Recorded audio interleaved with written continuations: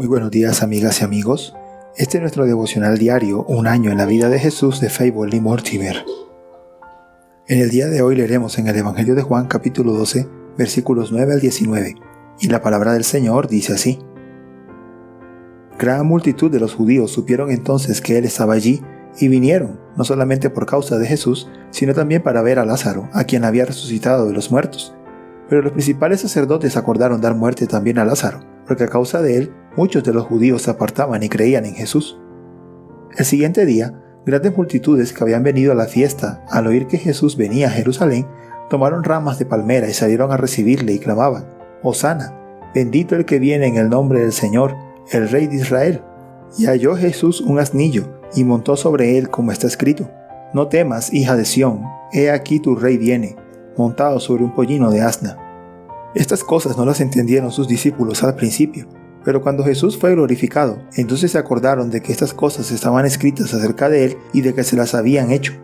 Y daba testimonio la gente que estaba con él cuando llamó a Lázaro del sepulcro y le resucitó de los muertos, por lo cual también había venido la gente a recibirle, porque había oído que él había hecho esta señal. Pero los fariseos dijeron entre sí: Ya veis que no conseguís nada, mirad, el mundo se va tras él. Nuestro devocional se titula Cristo es más honrado y odiado a causa de Lázaro. Fue el sábado por la noche que el Señor Jesús cenó en Betania y fue ungido por María. Al día siguiente no era el Shabbat judío.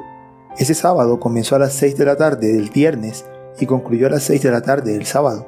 Era domingo, primer día de la semana, el día en que el Señor entró en Jerusalén montado en un pollino de asna y acompañado de la alegre multitud. En el primer día de la siguiente semana se levantó de entre los muertos. Entre estos 2 días felices hubo un intervalo oscuro, una semana de dolor y sufrimiento sin precedentes. Las aclamaciones de la multitud el día que el Salvador entró en Jerusalén aumentaron la envidia a los fariseos. Se dijeron unos a otros alarmados: He aquí, el mundo se va tras él. No podían negar que había resucitado a Lázaro de la tumba. Por lo tanto, estaban decididos a destruir con violencia su creciente reputación. Ellos deseaban no solo asesinarlo a él, sino también a Lázaro, porque era un monumento vivo de su poder.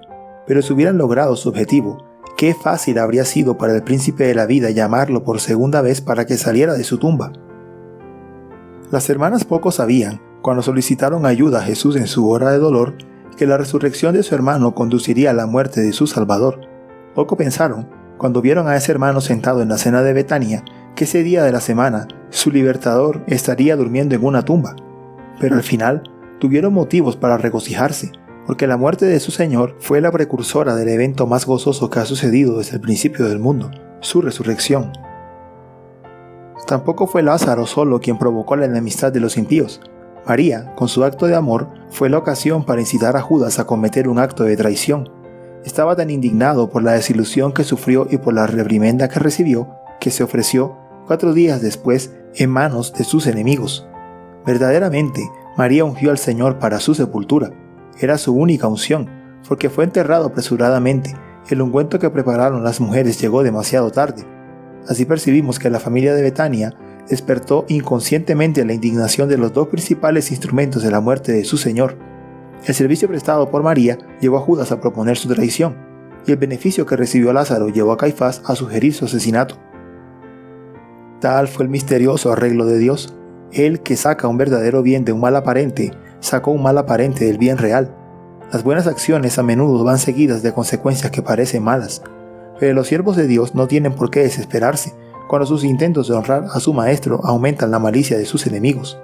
Aunque Satanás puede tener éxito en echar a algunos a la cárcel o en hacer que otros sean asesinados, nunca podrá tener éxito en echar a un alma creyente en su propia prisión, el abismo sin fondo, ni en hacer que su propia muerte lo hiera. Podemos concebir el dolor que habría sentido María si hubiera sabido que Judas fue incitado por su acto de amor a traicionar a su Señor. Sin embargo, cuando vio que el Señor resucitó de entre los muertos, ¿se habría afligido entonces?